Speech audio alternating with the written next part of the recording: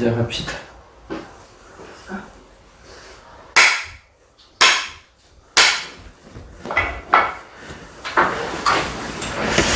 자, 기경계합니다.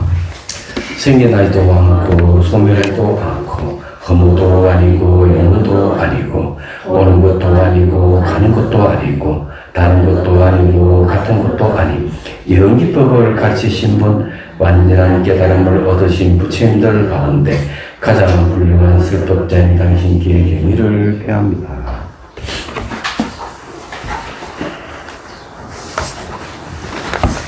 자, 오늘은 404페이지 10번째 이야기. 누더기를 스승으로 삼은 엘로티카 디샤 장로이다.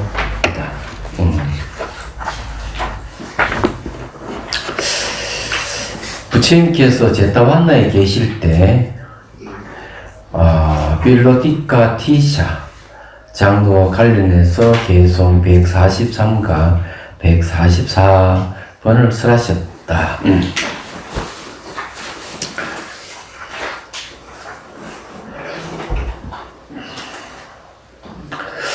어느 날 아난다 장로는 한 소년이 누더기를 입고 끼어진 쪽박을 들고 오는 것을 보고 흐릿게 말했다.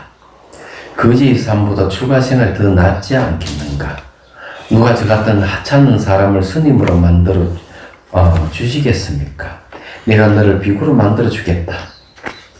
장로는 그를 데리고 가서 순수 목욕시키고 수행 규제를 설명하고 삼위계를 주었다. 그는 그동안 입고 다니던 누더기를 펼쳐놓고 감회가 어린 듯 쳐다봤다. 그는 아무도 가지 않는 곳에 가서 나무 가지 누더기와 쪽박을 걸어놨다. 얼마 하고 그는 비우개를 받고 부처님께서 올라오는 풍요로운 공양물을 마음껏 즐기고 값비싼 가사를 입고 돌아다녔다. 시간이 지나면서 몸도 뚱뚱해져 출가 생활이 지루해지기 시작했다. 신심 있는 신도들을 올리는 값비싼 가사를 걸치고 사는 것이 무슨 의미가 있을까? 전에 입었던 다 떨어진 누더기를 다시 입고 세수로 돌아갈까? 그는 누더기를 걸어두었던 곳으로 가서 누더기와 쪽박을 차에 들고 생각했다. 이 부끄럼도 모르고 뭘 염치한 녀석아, 이런 값비싼 옷을 버리고 넉마를 입고 쪽박을 차고 동양이나 하루 돌아다니겠다고. 그는 이렇게 누더기를 바라보며 스스로 자신을 경계하였다. 그렇게 하고 나자 마음에 평온히 살아왔다. 그는 누더기를 내려놓고 사원으로 되돌아갔다. 그런데 또 며칠이 지나면서 출가 생활이 지루해지고 짜증이 몰려오기 시작했다. 그는 다시 누더기 있는 곳으로 가서 자신을 경책하고 사원으로 돌아왔다. 잘 알다시피 출가 생활은 굉장히 단순해요. 단조롭고. 그렇기 때문에 이제 이 누더기 소년도 이제 출가 생활 해보니까 너무 단조롭고 하니까 이제 이런 생각을 가지겠죠. 얘기하자면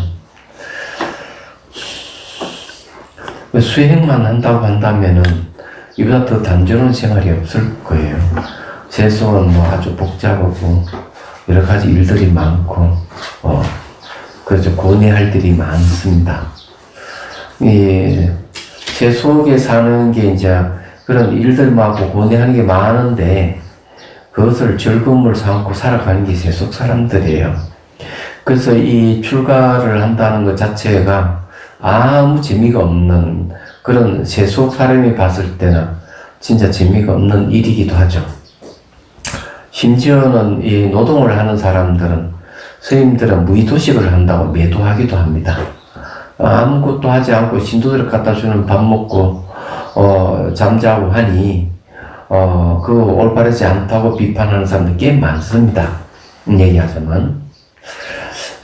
그런데 이제 출가라고 하는 것은 그런 무의도식 하기 위해서 출가하는 건 절대로 아닙니다. 얘기하자면 계를 지키고 수행을 하는 건데 그래서 이제 청전도론에도 이제 뭐라고 얘기하는가 하면은 계를 지키지 않고 시주의 그 시무를 축내는 것은 도둑놈이다. 도둑질하는 도둑놈이라고 그렇게 얘기하고 있고 계는 지키면서 수행을 하지 않는 출가자는 수행이 멈춰버린 다 이렇게 얘기합니다. 수행이 멈춰버린 계율은 지키는데 수행을 안 하니까 그 계율의 역할이 무엇인지를 망각해버리기 때문에 멈춰버린 계라고 이렇게 이제 청견도론에서는 이 얘기를 합니다. 결과서는 출가는 수행을 해야 되는 거예요. 네. 그럼 수행을 해서 왜 수행을 하느냐 이렇게 얘기를 하면은 수행을 하는 목적이 자기 생산 문제도 해결해야 되겠지만은 신도들에게 법을설해서 잘 이끌어 생사의 길에서 벗어날 수 있도록 해주는 역할을 하는 게 이제 출가자예요. 근데 이 소녀는 이 출가를 해가지고 그냥 출가 생활을 한 것 같아요. 걔는 지키면서 수행은 하지 않는 것 같습니다. 그래서 여기에 지금 이제 이 안난존자가 분명하게 수행 규제를 줬어요. 얘기하자면 수행 규제를 주고 설명하고 삼매기를 주고 또 그렇게 했단 말이야. 또 비유계도 주고 이래 했는데 이 수행을 안 하는 거예요. 이게 이 소녀는. 그래서 이제 벌써 비유계를 받았다면 나이가 20세가 넘었다고 보는 게 틀림없어요. 내도록 거짓 생활하며 살던 습관이 있어서 그런지 수행은 관심이 없고 그냥 그 신도들을 갖다 주는 이제 음식 먹고 그냥 값비싼 가사글 치고 그냥 이제 생활을 하는 거죠. 그런데 유일하게 이 스님이 했던 일은 뭔가 하면은 누더기를 걸쳐놨던 거기에 가가지고 자기를 한 번씩 반성한다는 데 있습니다. 이게 아주 상당히 중요한 거예요.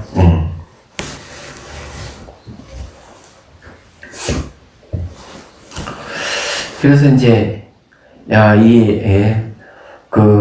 누더기가 이 스님에게는 이제 경책이 되는 거죠.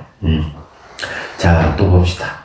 그는 다시 누더기가 있는 곳으로 가서 자신을 경책하고 사원으로 돌아왔다. 그가 세 번째로 누더기가 있는 곳으로 갔다 오자 비구들이 물었다. 스님은 어디에 다녀오는 길입니까? 제 스승에게 다녀오는 길입니다. 그는 자신의 낡은 누더기를 경책 삼아 자신을 정복해 나가서 얼마 가지 않아 아란이 되었다. 그래 결국 누더기가 이 스님의 스승이 되었던 것이죠. 제가 이제 법주사에 살 때인데 군에 갔다 온 스님이 있었어요. 그러니까 이제 출가 생활을 하다가 군에 가서 군대 생활을 하고 이제 다시 이제 절로 돌아온 거죠.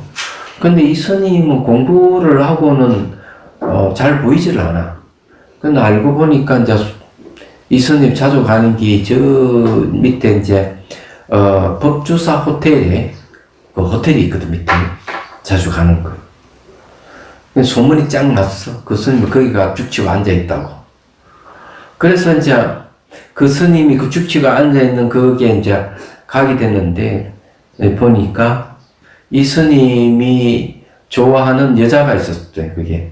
그러니까 그 다방에 일하는 여자예요. 호텔 다방 여자죠. 젊은 여자가 이제 그 서빙하고 이러는데, 그거 앉아 그걸 쳐다보고 있는 거지.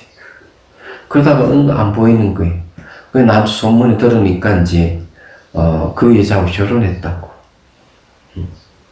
그러고 한 3년이 지나고 난 뒤에 연락이 왔어.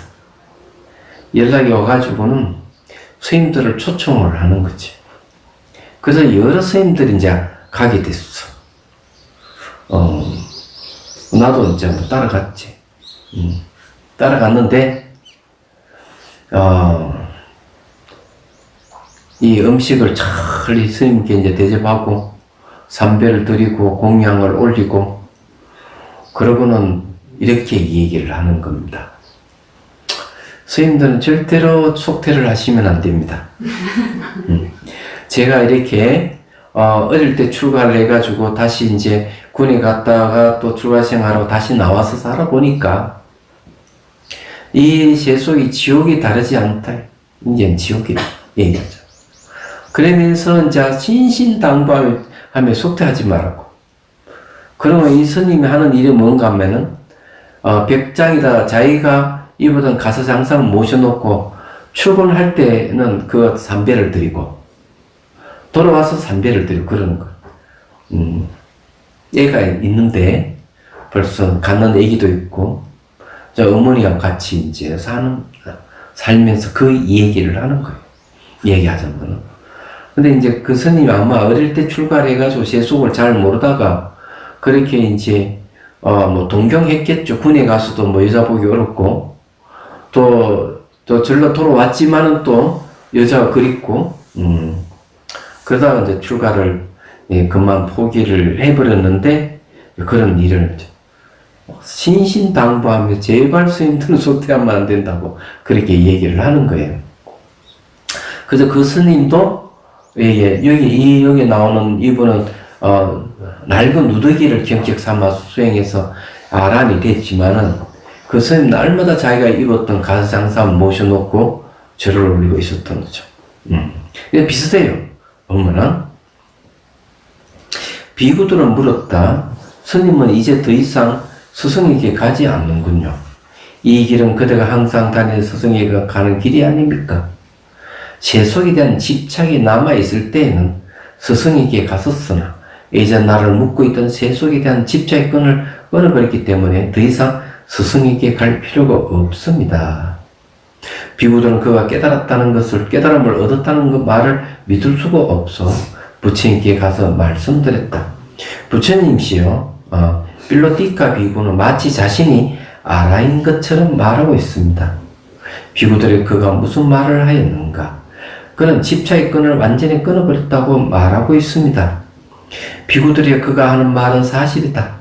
나의 아들은 세속에 대한 집착이 남아있을 때는 스승에게 갈 필요가 있었으나 이제 세속에 대한 집착의 끈을 완전히 잘라버리고 자신을 제어하여 아란이 되었다.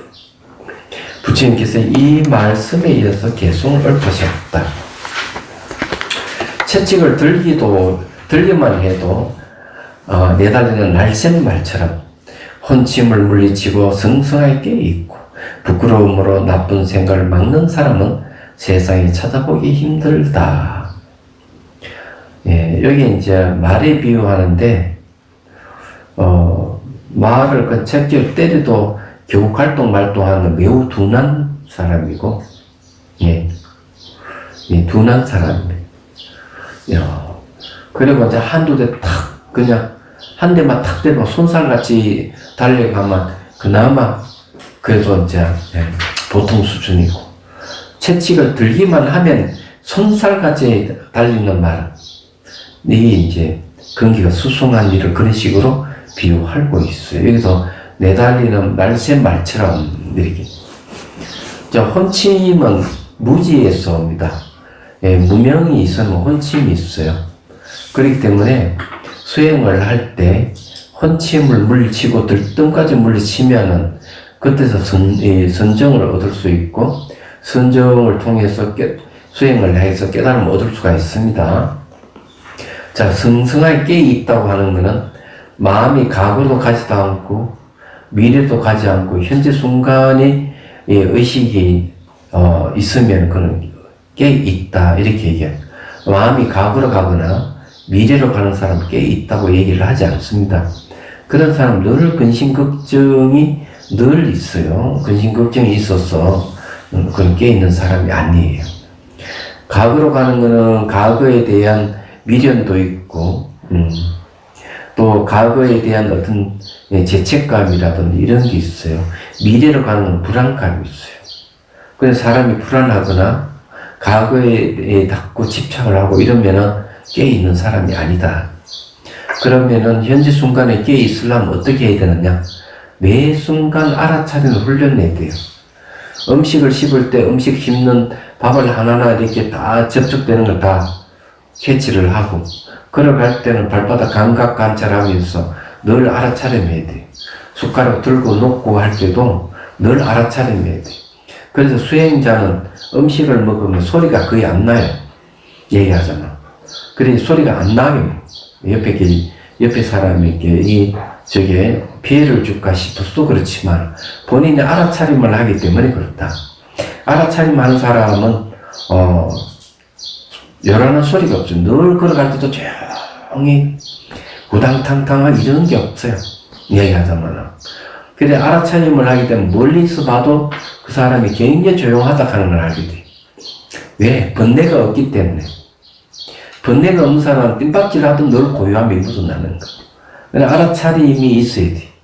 알아차림 매 순간 이 순간 감각을 알아차리고 하면 의식이 과거로 가지도 않고 미래로 가지고 현재 깨있게 되고 그 감각이 이제 과거는 지나갈 수 없고 미래는 오지 않을 수 없고 현재 머물지 않는다는 걸 알아차리면은 그 깨있음에서 지혜가 이제 개발되는 거예요. 얘기하자면. 그래서 이제 이분은 이 아라한이기 때문에 그렇습니다. 부끄러움으로 나쁜 생각을 막는 사람은 세상에 찾아보기 힘들다. 부끄러움이란 말 쓰는 건 뭐냐면 자기가 살아가는 삶을 누더기를 펼쳐놓고 스승을 삼아. 내가 이렇게 호의호식하고 이렇게 비싼 가사를 입고 생활하는 자체에 대해서 늘 이제 거의 누더기를 보며 반성하면서 부끄러워했던 것이죠. 내가 이래 살아서는 안 된다. 그래서 이제 수행이 매진해가지고 깨달음을 얻었던 거예요. 자, 채찍이 살짝 닿기만 해도 내달리는 날쌘말처럼 생사의 두려움을 내어 힘써 노력하라. 믿음, 계행, 정진, 선정, 진리에 대한 탐구, 그리고 지혜와 실천을 갖추고 항상 주의 깊게 마음 챙겨서 끝없는 이 괴로움을 제거하라. 자, 주의 깊게 마음 챙긴다고 하는데 여기는 잘 맞지 않는 말이에요. 주의 깊게 자기 마음을 잘 챙겨야 된다 얘기하는데 챙긴다 하는 말 자체가 물건을 챙기기 때문에 여기는 그게 없어요. 판단 기능도 없고 인식 기능이 없기 때문에 저는 챙긴다, 마음 챙긴다는 용어를 안 씁니다. 이 용어가 잘못됐다고 보는 사람. 이거는 이제 알아차린다. 대상을 알아차리는 것은 판단이 있고 비판이 있어요. 그래서 이제 예를 들어 가지고 이파사나 16단계 첫 번째 지혜가 물질 현상과 정신 현상을 구분하는 게 지혜인데 주의 깊게 마음 챙긴다고 해버리면 물질 현상과 정신 현상을 구분 못해요. 그런 게 없어요. 근데 알아차린다 하는 말은 이게 물질 현상, 이건 정신 현상이구나 하고 알아차리기 때문에 구분이 생기는 거예요. 두 번째 지혜가 일어나고 사라짐을 알아차리는 거예요. 일어나는 게 하고 사라지는 건 달라요. 그렇기 때문에 근데 일어나고 사라짐을 보면서 마음 챙긴다 이래 해버리면은 그 일어나고 사라짐에 대한 인식과 판단 기능이 없어요. 그 안에는. 그래도 챙긴다는 말을 쓰면 안 되는 거예요. 이거는. 그래서 이거는 잘못된 번역이다 보는 입장입니다. 그래서 시아티를 마음 챙김으로 번역하면 곤란하다. 알아차림으로 번역해야 된다. 그래서 염초경에 또 보면은 정념을 걸어가면 걸어가는 줄 알고 서면 서는 줄 알고 앉으면 앉는 줄 안다. 안다고 표현했지 마음 챙긴다고 표현 안 했어요. 그렇기 때문에 이런 용어는 틀렸다 보는 입장이에요. 말하자면은 그래서 항상 주의 깊게 알아차려서 끝없는 이 괴로움을 제거하라. 여기에 이제 믿음, 믿음이라고 얘기하는 건 항상 법문을 듣고 법을 사유하게 되면 믿음이 생겨요. 계행은 당연히 이거는 도덕성이 관계되는 거고, 정기는 수행 정기는 당연한 거고, 자, 선정은 이제 대상이 집중을 하게 되면 마음의 고요함이라는 선정이 생깁니다. 진리에 대한 탐구를 계속해 가는 것이 지혜를 얻는 방법입니다. 그리고 이제 그렇게 실천을 해 가는 거죠. 자, 거기에 주위에 보면은 지혜와 실천이란 말이 있죠.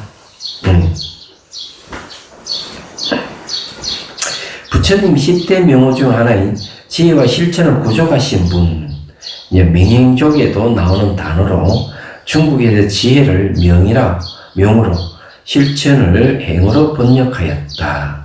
청년 도론과 안바타 경의 지혜로서 8가지를, 실천으로서는 15가지를 열거하고 있다. 8가지 지혜로는 신통 변화의 지혜, 하늘 기의 지혜, 다른 사람의 마음을 읽는 지혜, 하늘의 눈의 지혜, 전생을 기억하는 지혜, 번뇌를 부순 지혜. 자, 여기까지 얘기하면은 총 6가지 되죠. 근데 신족통, 전인통, 타심통, 천안통, 그 다음에 숙명통, 그 다음 누진통, 이 6가지입니다. 6가지 다시 이빠사나의 지혜, 마음으로 만든 몸이 있다 그랬어요. 이빠사나 지혜가 이제 통찰지라고 되어 있죠. 마음으로 만든 몸은 이제 의 소승 신변이 있습니다. 마음으로 만든 몸이니까 이거는 이제 법신이죠. 법신. 예. 자, 15가지 실천이란 계율에 대한 단속, 감각기관의 단속, 음식의 단속, 깨있음, 교학, 양심, 수치심, 믿음, 정진, 마음챙김. 마음 챙김을 하면 안 되죠. 알아차림 이래요. 통찰지와 색계사삼, 4개의 삼매이다. 이외에도 부처님 지혜로는 일체지를 실천으로 대연민심을 들고 있다. 자, 그 다음에 봅시다. 자, 11번째 이야기. 슈가삼의 깨달음. 부처님께서는 제타완대에 계실 때 슈가삼의와 관련해서 개성 145번을 설하셨다. 슈가삼의의 가거증, 빠따바띠까와 제정간다와 백지불. 옛날 베날에서의 간다는 젊은이가 살았다. 그는 도시 제정관의 아들이었다. 예. 간다라는 이름을 가진 젊은이네요. 아버지가 죽자 왕은 그를 불러 위로하고 자기를 하사하고 아버지가 앉았던 제정관 자리에 임명했다. 그때부터 그는 제정관 간다로 알려졌다. 어느 날 집사가 보물창고를 보여주며 그에게 말했다. 주인은 당신의 아버지가 모았던 재산과 할아버지가 모았던 재산과 조상들이 모았던 이 모든 재산이 이제 주인님의 소유가 되었습니다. 집사는 그를 데리고 여러 개의 창고를 보여줬다. 제정관은 보물 창고를 둘러보고 말했다. 조상들이 저 세상을 갈 때 이 보물들을 왜 가지고 가지 않았습니까? 주인님, 저 세상을 갈 때 재산을 가지고 가는 사람은 아무도 없습니다. 모든 사람들은 죽을 때 선업이거나 악업이거나 자기가 지은 업만을 가지고 갑니다. 제정관은 이 말을 듣고 생각했다. 이토록 많은 재물을 사두고 그냥 가다니 정말 어리석은 사람들이다. 나는 갈 때 이걸 다 가지고 가야겠다. 제정관의 마음에 이런 생각이 일어났지만 그렇다고 어른 사람들을 도와주거나 성자에게 공양을 올린다는 말이 아니었다. 나는 세상으로 저 세상을 가기 전에 이 재산을 모두 먹어버리겠다. 이 사람 어떻게 죽을 때 가져가려는가? 그는 10만 년의 도로로 수정 욕조를 만들고, 자기 멀어버리겠다거나 사치하는 일이겠네요. 이건 내용에다 그러네. 10만 년의 도로 수정 욕조를 만들고, 10만 년의 도로 목욕 의자를 만들었다. 10만 년의 도로 화려한 안락 의자를 만들고, 10만 년의 도로 보석을 박은 밥그릇을 만들었다. 10만 년의 돈으로 식당에 커다란 누각을 만들고, 10만 년의 돈으로 구리 도구만 접시들을 만들었다. 그리고 10만 년의 돈으로 화려한 창문을 만들었다. 아침 식사를 위해 1000냥의 돈을 사용하고, 저녁 식사를 위해 1000냥의 돈을 사용하고, 보름날 점심 식사를 위해 10만 년의 돈을 사용했다. 그러니까 이제 죽기 전에 다 먹어버리겠다는 말, 그런 이야기네. 예. 어느 날 이 화려한 음식을 먹으려다 그는 10만 년의 돈을 들여 도시를 단장하고 하인들을 시켜 복을 두드리고 이렇게 알리겠다. 모두 와서 간다 제정관이 식사하는 모습을 구경하시오. 고 시민들이 의자와 간이 침대 등을 들고 모여들었다. 간다 제정관은 먼저 10만 냥을 들어 만든 크리스탈 욕조에서 16항아리의 향수를 붓고 들어가 목욕하고 10만 냥을 들어 만든 의자에 앉아 화로운 창문을 모두 열고 자신의 모습을 드러냈다. 하인들이 구리 도구만 접시와 보석 밥그릇에 100가지 맛있는 음식을 담아와 내려놓았다. 제정간 한 무리 어여쁜 무희들에 둘러싸여 식사를 즐겼다. 얼마 후에 한 시골 사람이 뗏나무 등을 수레에 잔뜩 싣고 도시에 왔다. 그는 불필요한 낭비를 줄였고 시군의 집에 잠시 머물렀다. 바로 그날이 보름날이었어. 사람들이 부글부글 돌아다니면서 소리치고 있었다. 모두 와서 간다 지정간이 얼마나 호화스럽게 식사하는 구경하시오. 도시 친구 시골 친구에게 물었다. 간다 지정간이 호화스럽게 식사하는 모습을 본 적이 있는가? 없네. 그럼 우리 함께 가세. 북소리가 온 도시를 진동하고 있네. 재정간의 집으로 가서 호사스러운 극지를 한번 구경하세. 도시 친구는 시골 친구를 데리고 함께 갔다. 시민들 침대와 의자 위에 올라가 구경하고 있었다. 시골 친구 맛있는 음식 향기를 맡고 도시 친구의 말했다. 나도 저런 음식을 한번 먹어보고 싶어. 그는 손을 절대로 갖지 말게. 자네는 꿈도 꿀 수 없는 것이라네. 저걸 먹을 수 없다면 더 이상 살고 싶지 않아. 도시 친구와 시골 친구를 막을 수 없자 군종소에서 나와서 세 번의 큰 소리로 외쳤다. 재정관님께 인사 올립니다. 무슨 일이요? 제 친구가 재정관님께서 드시는 음식을 꼭 한 번만 먹어보고 싶답니다. 제발 한 숟가락만 먹게 해주십시오. 절대로 줄 수 없어. 도시 친구는 시골 친구에게 고개를 돌리고 말했다. 친구야, 자네도 들었지? 들었네. 하지만 제발 한 숟가락이라도 먹어보고 싶네. 먹지 못하면 차라리 죽어버리겠네. 도시 친구는 다시 큰 소리를 세 번 외쳤다. 제 친구가 그 음식을 먹을 수 없다면 죽어버리겠다고 합니다. 제발 그의 목숨을 살려주십시오. 이 밥 한 숟갈이 100냥, 200냥짜리요. 사람들이 달라는 대로 줘버리면 난 뭘 먹겠소? 재정관님, 친구가 그 밥을 먹을 수 없다면 죽어버렸다고 합니다. 제발 그의 목숨을 살려주십시오. 한 숟가락도 줄 수 없소. 하지만 그가 목숨을 걸고 이 밥을 먹고 싶다면 우리 집에 와서 3년 동안만 열심히 일을 하라고 하시오. 그렇게 하면 이 밥을 먹게 해주겠소. 시골 친구가 이 말을 듣고 대답했다. 그렇게 하겠습니다. 그는 시골 집으로 가서 자식과 아내에게 말했다. 나는 재정관이 먹는 밥 한 끼를 먹기 위해 그 집에 와서 3년 동안 일을 하려고 합니다. 그는 재정관의 집으로 들어가서 3년간 맡은 일을 열심히 일했다. 집안일이나 숲속에서나 밤이나 낮이나 그는 주어진 일을 모두 완수했다.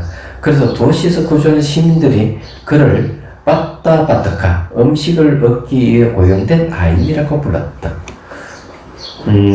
지금도 인도에는 이근희 같은 부자가 수십 명, 수백 명 된대요. 인도 같은데.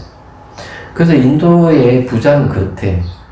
그래서 이제 차를 타고 뭐 1시간을 달려가면 그 부잣집 문 앞을 들어간다고 이렇게 해요. 그 1시간 달리는 그 땅도 그 부잣집 땅이라는 거지. 그래, 얼마 전에 재벌가의, 인도 재벌가의 딸 아들이 뭐 시집가 장가 가는데 보니까 이재용 씨가 그거 같더라고요. 신문이 크게 났대 보니까. 그리고 미국에 또 클린턴 부인도 그거 왔고. 그러니까 이 인도 부자는 대단해요. 땅도 넓지만은 거기다 이근희 같은 부자가 수십 명이 있다고 생각하면 굉장한 거예요. 그런데 지금도 그렇게 있는데 옛날은 더 많은 나이 있겠어. 근데 일단은 이게 이제 음식 한 끼를 먹기 위해가 3년 동안 일하는 고용된 하인에 대한 이야기인데 정말 가난하게 살면서 그 음식을 먹고 싶었으면 이러고 하겠어요, 그죠? 봅시다. 봉사기간이 끝나자 집사가 재정관에게 말했다. 빠따빠띠카의 봉사기간이 만료되었습니다. 그가 이 집에서 3년 동안 일한 것은 정말 어려운 일이었습니다. 그는 맡은 일을 단 하나도 소홀히 하지 않았고 충실히 잘 해주었습니다. 제정간은 그의 정력 식사를 위해 2,000냥을 지불하고 아침 식사를 위해 1,000냥을 지불하여 모든 3,000냥의 도구를 지불했다.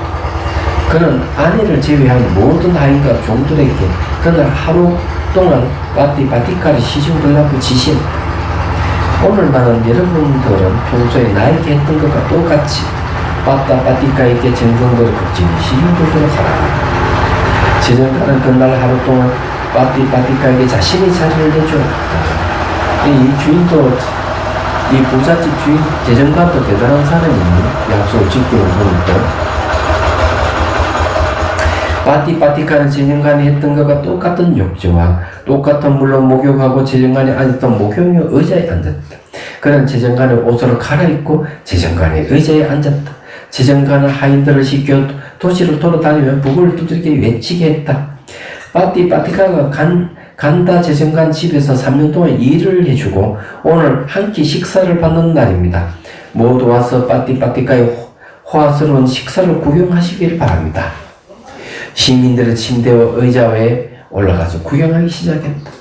바티카는 자기가 바라보는 곳이 모두 떨고 있는 것처럼 느꼈다. 바라보는 곳이 모두 떨고 있는 것처럼 느꼈다. 무의도는 앞에서 춤을 추고 하인들은 음식을 가져와 식탁에 차려주었다.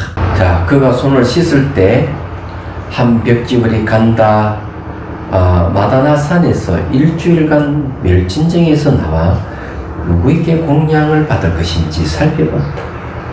오늘 어디 가서 탁발을 할까? 이때 벽지불의 눈에 바티카가 보였다. 이 천안통이죠. 벽지불은 그가 신심이 있는지 살펴봤다. 이 사람은 3년간을 일을 해주고 한 끼 식사를 받았다. 그게 신심이 있는가 없는가?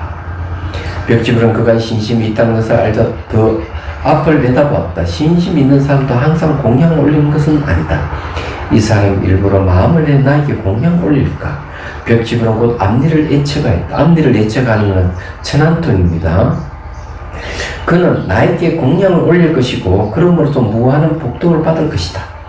벽지불은 가사를 걸치고 발을 들고 공중을 날아올라 궁중들을 모이는 곳에 내려앉아 바티카 바로 앞에 서 있었다. 바티카는 식사하려다 벽지불이 나타난 것을 봤다. 나는 전에 공양을 올려본 적이 없다. 이런 호사스러운 호라오는 밥 한 끼 먹으려고 나는 남의 집 3년간 일을 했다. 하지만 내가 받은 이 음식은 몸 안에서 하룻밤 낮을 지속할 것이다. 이 음식을 고귀한 성자에게 올리면 수백만 생 동안 지속할 것이다. 이 음식을 성자에게 올려야겠다. 그렇죠? 3년 동안 일해서 먹는 음식은 하루만 지나면 다 소화되고 없어지죠. 그렇지만 이 음식을 벽지불에게 공양 올린다면은 사정은 다를 거예요. 얘기하자면은 그래서 수백만 생 동안 지속될 것이다. 이렇게 본 거죠. 그러기 바티카라는 사람도 생각할 줄 아는 사람, 정말 머리가 있는 사람이네요. 바티카는 3년간 뼈빠지게 고생해서 받은 음식을 한 숟가락도 입에 넣지 않고 벽지불에게 가지고 갔다. 그는 음식을 옆 사람에게 잠시 맡기고 3배를 올리고 다시 받아서 벽지불의 발에 부어드렸다. 음식이 반쯤 바로 손으로 들어가자 벽지불은 손으로 바로 뚜껑을 닫으렸다. 그러자 바티카는 이렇게 말했다. 존자님, 1인분의 음식을 둘로 나눌 수 없습니다. 저는 금생의 복을 받으려는 것이 아니고 다가오는 미래의 복을 받으려는 것입니다. 제 몫을 남기지 않고 모두 올리고 싶습니다. 그러니까 이거는 이제 금생 복 받으는 게 아니고 다음 생을 위해서 제가 복을 받는다는 거죠. 이건 이제 미래를 생각할 줄 안다는 거는 대단한 사람이에요. 말하자면 그는 자기 몫을 하나도 남기지 않고 모두 벽지불에게 올려 많은 공덕을 지었다. 그는 그렇게 공양 올리고 다시 3배를 드리고 말했다. 존자님, 제가 순전히 이 음식 때문에 3년간 남의 집에서 온갖 힘든 일을 참으며 일했습니다. 이후로 제가 태어나는 곳마다 저에게 행복만 있기를 기원합니다. 그리고 존자님께서 깨달으신 진리를 저도 깨달을 수 있기를 기원합니다. 자, 이제 벽지불은 가만히 있으면 안 되겠죠? 그렇게 되기를 마치 소원을 빌면 모두 이루어지는 많이 보주처럼 그대의 모든 소원이 이루어지기를 바랍니다. 마치 보름달이 꽉 차듯 그대의 모든 갈망이 다 채워지기 바랍니다. 그리고 추운 개성을 읊었다. 그대가 바라고 원하는 모든 일들이 속히 이루어지기를, 보름이 가득 차듯이 모든 소망이 가득 채워지기를, 그대가 바라고 원하는 모든 일들이 속히 이루어지기를, 소원을 빌며 이루어지는 많이 보주처럼 그대의 소원이 이루어지기를. 그런 다음에 벽지부는 이렇게 결심했다. 내가 마다나 산에 도착할 때까지 군중들이 나를 바라보고 있기를. 그리고 즉시 공주가 나라 마다나 산으로 가서 500명의 벽지벌에게 음식을 나눠주었다. 모두가 충분히 먹을 만큼 나눠주고도 음식이 남았다. 이게 왜 이런 일이 벌어질까? 이렇게 겨우 1인분의 음식을 그 많은 사람에게 충분히 나눠줄 수 있을까? 라고 묻지 마라. 생각으로 헤아릴 수 없는 것에는 4가지가 있다. 벽지불의 경기도 그 4가지 중에 하나이다. 자, 여기 이제, 할 얘기는 상당히 많은데, 우선 이제 음식물에 대한 얘기, 재물에 대한 이야기인데, 하나 얘기를 하죠. 이 간다락하는 재정가는 자기가 이제 죽을 때 다 가져가겠다고, 이 재산을 가져가겠다 하는 말은 결국 이 생에서 다 자기가 소비하겠다는 마음을 가지고 있어서 그렇게 한 거거든요. 그렇게 한 건데, 재물은 가져갈 수 없다는 것을 얘기를 합니다. 예, 재물은 죽으면 못 가져가요. 자기 몸뚱아리도 가져갈 수가 없습니다. 이거는 이제 분명한 사실이에요. 얘기하자면은. 그래서 이제 그 시탈태자도 자기 아버지에게 그런 이야기를 하죠. 죽지 않는 길을 가르쳐 주신다면 저는 출가하지 않겠습니다. 근데 죽지 않는 길을 가르쳐 주지를 못했어요. 아들이 출가하지 못하겠군. 여름궁전이나 겨울궁전, 봄궁전을 지어가지고 늘 무의 속에, 궁녀들 속에 파묻혀서 살게 했죠. 자기가 왕이 되면은 뭘 가질 수 있는가 하면은 왕이 되면 엄청난 재산을 가지고 있어요. 왕은 그 나라의 모든 재산이 자기 것이기 때문에. 두 번째, 왕이 되면은 권력을 가지게 돼요. 엄청난 권력을 가지게 되죠. 또 왕이 되면은 얼마든지 이쁜 여자들과 같이 할 수가 있어. 근데 이 3가지는 죽음의 문제를 해결해 줄 수 없어요. 재물로도 죽음 문제 해결 안 되고, 이쁜 여자의 얼굴도 이거는 죽음 문제 해결 안 되고, 권력으로도 이게 해결이 안 돼요. 이 3가지는 죽음 문제를 해결해 줄 수가 없어요. 세속은 이 3가지가 가장 귀중하다고 할 수 있어요. 재물과 권력과 여자는 매우 귀중한 것을 생각하고 있지만 안 되는 겁니다. 말하자면. 그래서 이게 이제 안 된다는 얘기를 하나 하고 싶고, 두 번째, 이분이 음식을 이제 공양을 올리면 3년을 일해가지고 음식을 올리는데, 비슷한 사례도 우리나라에 있어요. 법무사에서 내려오는 얘기인데, 어느 스님이 불사를 하려고 하니까, 절이 이제 낡고 누추하고 하니까, 그래서 이제 기도를 열심히 드렸더니만, 계시를 받았어. 젊은 나서서 첫 번째 맞는 사람을 보시를 요청하라고. 그래서 이제 아침 일찍에 딱 나서는 처음에 맞는 사람이 진짜 볼품없는 깨지지한 사람이야. 아니, 저 사람이 부탁해 어떻게 불사금을 마련하지? 그래도 이제 물었던 거죠. 물었더니만 기꺼이 자기 불사금 내겠대. 근데 이 사람이 거의 10년 이상을 부잣집에서 그걸 했던 거예요. 그게 뭐라 해야 되나? 하인은 아니고, 예? 그 무섬 살았죠, 무섬. 10년 이상 무섬 살았던 그것을 전부 다 받아가지고, 이제, 나오는 길인데 스님을 딱 만난 거야. 그 스님에게 다 드렸어요. 다 드렸는데, 그렇게 이제, 불사를 했어요. 불사를 했는데 문제가 생긴 거예요. 보시한 이 무섬이 병이 들어서 일찍 죽게 된 거죠. 일찍 죽으니까 주지 스님이 그냥 실망을 하고 화가 난 거지. 많이 보시를 하게 되고 이러면은 이분이 그래도 더 건강하게 잘 돼야 되는데 일찍 죽다면 이건 말이 안 된다는 거죠. 근데 여기도 얘기는 보시하는 건 미래생을 위해서 하는 것이 가능성이 있는 거죠. 여기서 얘기하는 거. 그래 도끼를 그냥 붙인 이마박을 찍어서 버렸어요. 그게 나무로 만든 아마 불상인가 봐. 그러고는 주의심 그만 떠나버린 거예요. 그런데 이제 그 절이 폐허가 되어버렸어요. 폐허가 되었는데 그건 이제 20여 년이 지나고 난 뒤에 어느 장급제자가 그 앞을 지나갑니다.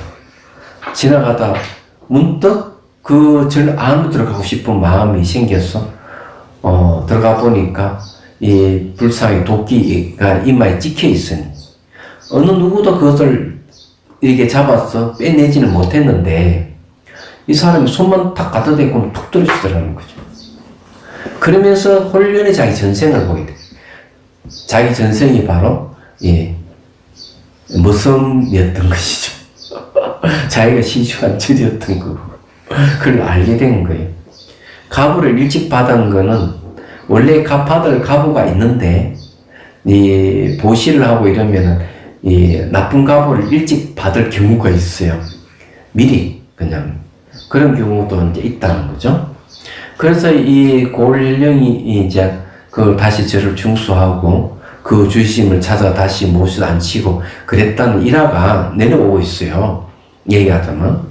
그래서 이 공양을 올린다는 건 대단한 일이에요. 그 다음에 여기 이제 음식을 먹고 남았다고 하는 얘기인데, 그 예수님도 보면은 그 물고기와 빵을 가지고 여러 사람을 그 뭐 수십 명이 됐는지 수백 명이 됐는지 뭐 나눠주고 남았다 이렇게 얘기하는데, 그런 게 전부 다 아마 이 경전의 불교 경전을 근거해서 나온 얘기가 아니겠나 하는 생각을 해요.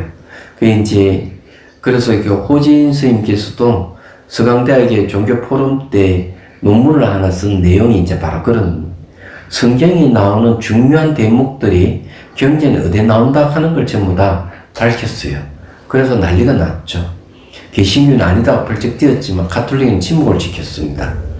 사실은 이 기독교도 불교의 영향을 굉장히 많이 입었기 때문에 그렇게 될 수밖에 없어요. 얘기하자면. 그런데 음식을 먹고 남았다 하는 이야기는 우리 앞에도 한번 나왔었습니다. 예. 그 왜 보리가루가 아주 밀가루로 해가지고 그 뭡니까? 얇은 만든 그 이름이 뭐죠? 인도 가면 먹잖아요. 얇게 이렇게 해가지고 탁 파덕에 붙여가지고 난이라 하던가? 그러게 이제 그런 건데 그걸 이제 그것이 기원정사에 있는 스님들이 다 먹고도 남았다 하는 우리 앞에 그건 벌써 나왔잖아요. 근데 여기도 이제 그 얘기가 나오는 건데 유마경에도 보면 똑같은 얘기가 나와요. 이 유마거사의 방에서 법회가 열리는데 거의 배살의 시민들 거의 다 왔다고 하면 틀림없어. 그 방이. 그 방이 커지기를 배살의 시부하고 커졌다고 이렇게 하니까 거의 전심대대는 전심을 안 주니까 10대 제자들이 아니 전심대대인데 왜 음식을 안 주지? 이러니까 그 마음을 알고 유마거사가 걱정하지 마시라. 아주 제가 맛있는 음식을 대접하겠다고. 그리고는 자기가 똑같은 화신을 나타내어서 항적세계에 가서 항적 부처님 이렇게 공양을 받아 요만큼은 가져오라고 해요. 예. 지금 이제 40대에 가면은 공양 시간이다. 그래서 그 분신의 유마거사 가가지고 음식을 얼만큼 가져오는데 대중들의 생각은 아니 이 5만 명 이상 되는 이 대중들이 요 조만 저 음식을 어떻게 다 먹을 수 있는가 이런 또 생각을 하니까 유마거사 또 이렇게 얘기하는 걱정하지 마시라고 우리 대중도 다 먹고 남는다고 예, 부처님 음식은 그런 힘이 있다고 그래서 이 음식을 계속 나눠주고도 음식이 남은 거지 하수분 같이 이런 이야기가 유마경에도 나옵니다. 근데 여기서도 이제 그 얘기를 좀 하고 있는 거죠. 그래서 여기 이제 벽지벌이 경제, 벽지벌 아란이에요. 벽지벌이 경제 그 네 가지 중에 하나이다 했는데 한번 봅시다. 벽지벌이 다른 벽지벌들에게 음식을 모두 나눠주는 것을 보고 군중들 수천 명이 일시에 환호성을 터뜨리며 그렇죠. 그게 이제 간다 마다나 산에 이제 500명 벽지벌이 있으니까, 네, 500명에게 다 나눠준 거죠. 네. 그 일시에 한성을 터뜨린 박수갈채를 보냈는데, 그 소리에 마치 천둥이 울리는 소리 같았다. 간다 제정간 이 한호수를 두고 생각했다. 빠따 빠띠까가 내가 제공한 고아스러운 영광을 제대로 즐기지 못하고, 어색해하는 모습이 궁중들에게 웃음거리가 되는 모양이다. 그는 하인을 보내 알아보게 했다. 하인이 돌아와서 일어난 일을 보고했다. 주인님, 빠따 빠띠까가 자신의 화려한 영광을 이렇게 사용했다고 합니다. 제정간 이 말을 듣자 온몸이 5가지 희열로 가득 차오르며 감탄사를 발했다. 오, 이 사람이 정말 어려운 일을 했구나. 나는 이제까지 화려한 삶을 즐기느라고 한 번도 남에게 보시한 적이 없다. 그러니까 이 대단한 얘기죠. 3년 동안 음식 한 끼를 먹기 위해서 3년 동안 일을 하고 그 음식을 받아 자기가 안 먹고 벽지벌이게 줬다? 그래 이거는 전율이 일어날 만한 일이죠.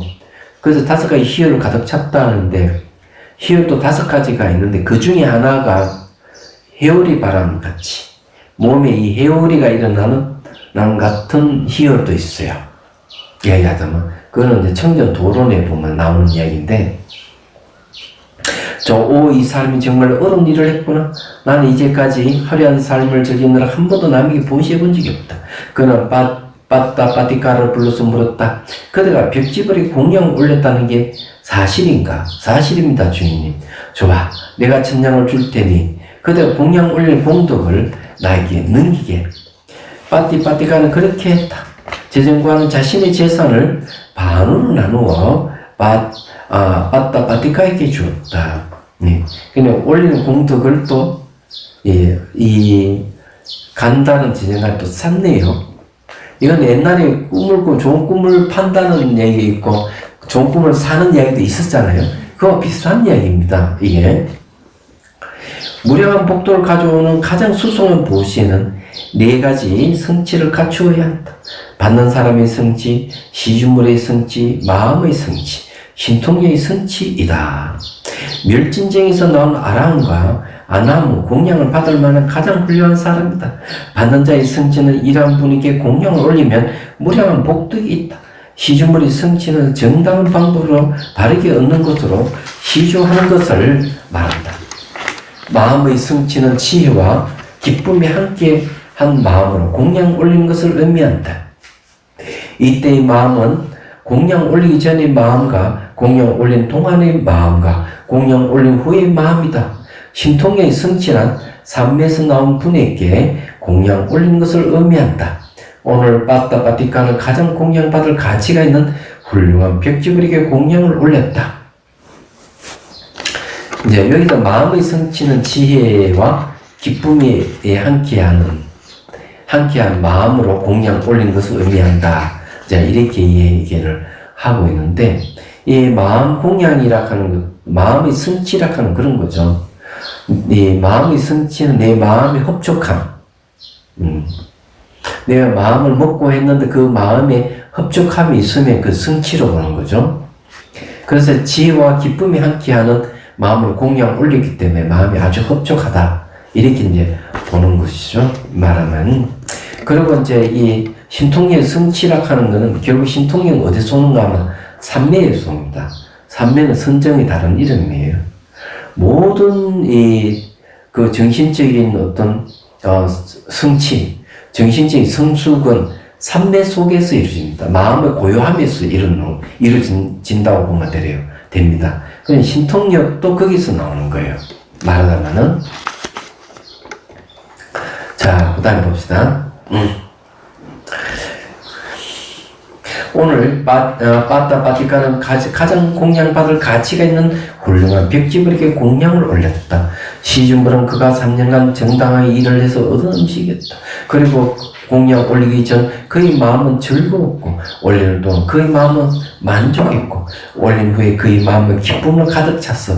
공양 올리기 전 후에 청정한 마음을 유지했다. 그리고 벽지불에게 멸진제에서 나와서 신통력의 성취를 갖추었다. 그래서 빠따빠티카는 4가지 성취를 완벽히 갖춘 공양을 올린 것이다. 그리고 아라한이나 벽지불은 초자연적인 힘으로 금생의 부와 영광을 받게 만든다. 그래서 빠따빠티카는 재정관에게 금생의 부와 영광을 받은 것이다. 그러니까 이 아라한에게 공양을 올리니까 그 힘에 의해서 부자가 된 거죠. 그러니까 금생의 부와 영광을 받게 된 겁니다. 이제 깨달은 사람에게 공양 올리고 하면은 이런 일이 벌어지는 거예요. 얘기하자면. 그거 왜 그럴까? 이러면 이유는 간단해요. 그 원리를 얘기하면 그렇습니다. 이 마이크와 같다고 생각을 하시면 돼요. 그냥 맨목소리로 얘기를 하면은 저 멀리까지 들리진 않아요. 근데 마이크를 이용하면 저 멀리까지 다 들을 수가 있어요. 음식을 공양 올리는데 거지 있게 공양 올리면 거지 그 사람 배고픈데 한지에서 끝나버리잖아요. 그렇지만은 아란에게 공양 올리면은 아란은 그 공양을 받아서 어디 쓰겠습니까? 그걸 중견구제한 데 쓰는 거죠. 많은 사람들이 이걸 위해서 쓴단 말이에요. 그러면 그것이 마치 뭐 같은가 하면은 마이크와 같은 역할을 하는 겁니다. 그러니까 벽지불은 마이크와 같이 전폭기 역할이 되는 거지. 그러니까 음식이, 하나의 음식이 벽지불이 같으니까 그 음식은 뭘로 그 아라한을 돕는 힘으로 작용하게 됐다. 이래 보면 되는 거예요. 얼마 후에 왕은 빠따빠테카를 불러 천냥을 주고 재정관이 그에게 선물한 보석 그릇을 얻었다. 그리고 왕은 그를 재정관이 임명했다. 그래서 그는 재정관 빠따빠티카로 불렀다. 이 빠띠빠테카가 또 재정관이 됐네요. 빠띠빠티카는 간다 재정관과 친한 친구가 되어 같이 먹고 같이 마시고 같이 잠을 잤다. 그는 정해진 수명이 끝나자 그곳에서 죽어 천상에 태어나 두 부처님 기간 동안 천사의 즐거움을 누렸다. 그는 현재의 부처님 제세시에 사와티에 사는 사리푸타 장로의 신도집에서 새로운 생을 시작했다. 네, 이게 상당히 재밌는 내용입니다. 네, 이게 이제 숙가 사미의 깨달음에 대한 이야기인데 숙가의 전생 이야기였습니다. 이때까지. 자, 오늘 여기까지 하겠습니다. 이거 이야기하다 보면 시간이 많이 지나버렸네요. 명상은 다음 하기로 하고 질문 받겠습니다.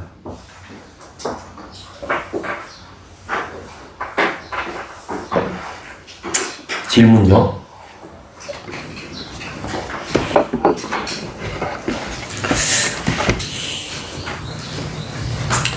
이번에 이제 오대산에 성지순례를 갔는데 그 오대를 돌 때 남대부터 쭉 가서 이렇게 이제 마지막에 이제 그 동대로 나왔는데 그 산의 기운이 신선하고 청량했어요. 저 느낌이 아주 순수하다. 이 순수한 느낌. 그리고 거기에 이제 성지순례 오신 분들 열정 이런 것을 느꼈어요. 그래서 상당히 좋았어요. 얘기하자면 산은 보면 그렇게 볼품 있는 산은 아니에요. 우리나라 산면처럼 볼품이 있거나 다른 그 중국 지방에 있는 산보다는 볼품 있는 산은 아닌데 그 기운이 철량했습니다.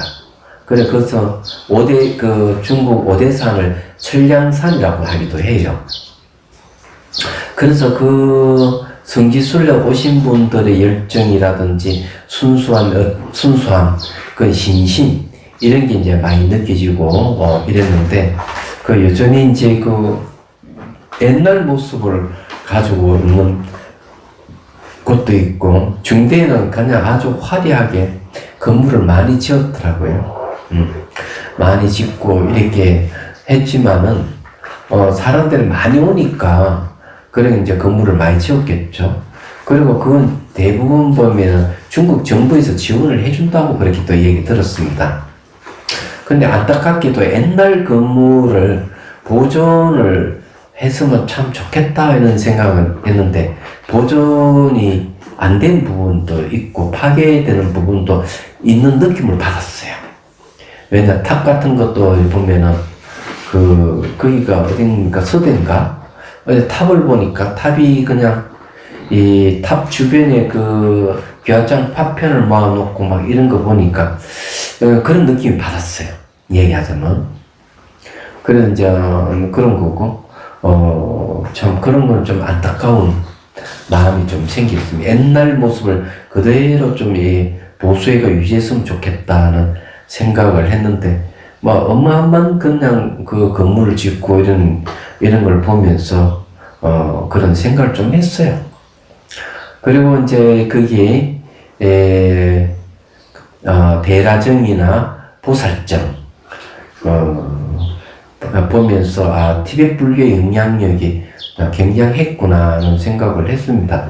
물론 이제 청나라 때는 더욱 그렇겠지만, 원나라 때도, 티베트 불교의 영향이 있었지 않느냐. 세속의 왕은, 청나라 황제나 원나라 황제나 중국 황제들이 세속의 왕이라고 한다면은, 법의 왕은, 아마 티베트 스님이었지 않을까. 이런 생각을 들었어요. 그때만 해도 티베트 불교의 영향력이라는 거는, 중국과 몽골 쪽으로, 우리나라 쪽으로 그 영향력이 있었기 때문에 그래요. 그래서 중국뿐만 아니라 중국 주변까지 티베트 불교의 영향이 있었기 때문에, 그걸 생각해 보면은, 짐작을 할 수가 있습니다.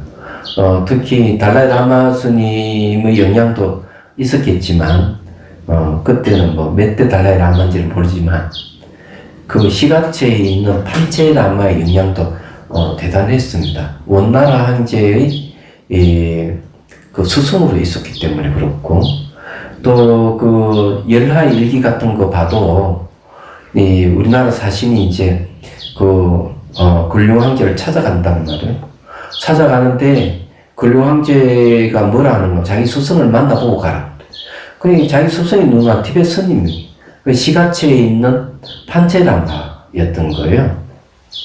그러니까 이게 이제 황제는 절을 하지만은, 이 스님이 이렇게 절을 하는 거는 진짜 치욕스럽게 생각한 거죠. 왜 그러면 다 유생들이니까.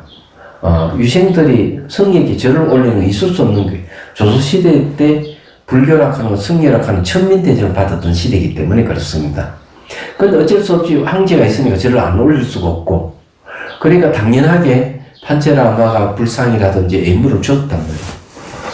예. 줬는데 그걸 전부 다 버려버린 거야. 국경지대에 가가지고. 왜냐면 그걸 가져오고 이러면은, 이 다른 신하들은 유생들에게 탄핵을 받을까 싶어서 다 버리고 예. 그런데 그런 거라고. 그렇지만 어쨌든 그런 역사의 기록을 봤을 때, 그런 느낌이, 거기서, 보니까, 보살정하는 지붕에 이런 거는 전부 다 황제의 궁전에 쓸 수 있는 지붕이거든요. 노란색이잖아요. 그럼 그게 이제 또 모셔둔 게 전부 다 보면 티베트 불교 부상, 이런 게 전부 다 모셔져 있죠.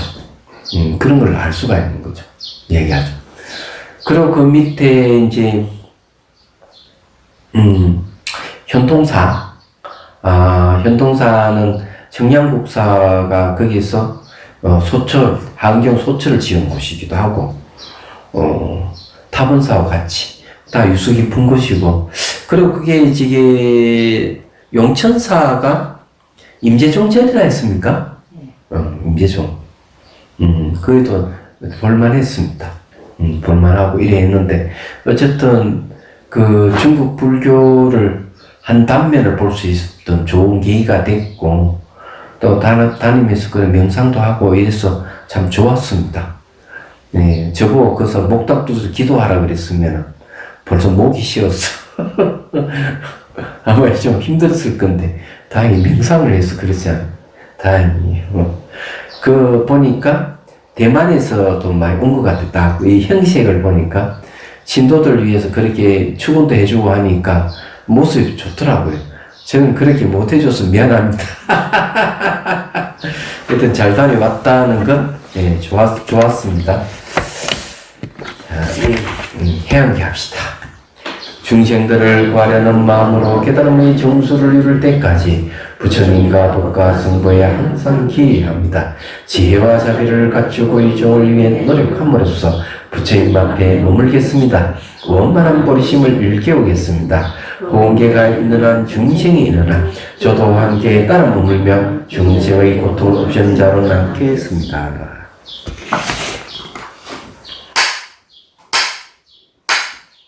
감사합니다.